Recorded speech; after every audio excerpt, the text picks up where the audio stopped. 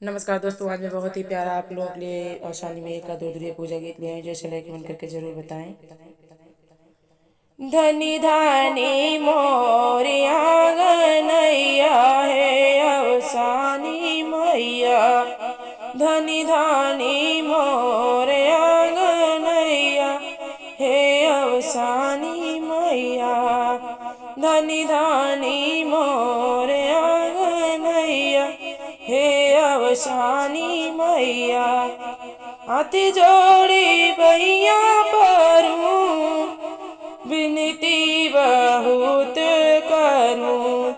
हाथ जोड़ी पैया परूं विनती बहुत करूं।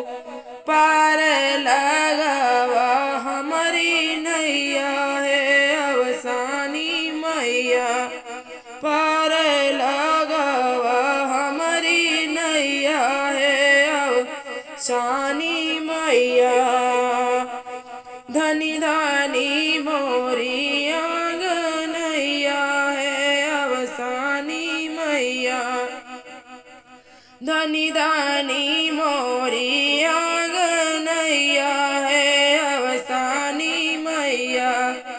घरवा दुआर दिलू सुखी परिवार दिलू। घरवा दुआर दिलू सुखी परिवार दिलू। ललना जे खेल आंगनैया है अवसानी मैया। ललना जे खेल आंगनैया है अवसानी मैया। धनी धानी मोरी आंगनैया है अवसानी मैया। माथे पे बिंदिया चमके मांग में सिंदूरा दमके। माथे पे बिंदिया चमके मांग में सिंदूरा दमके। अमर कारू हमारा सजना है अवसानी मैया।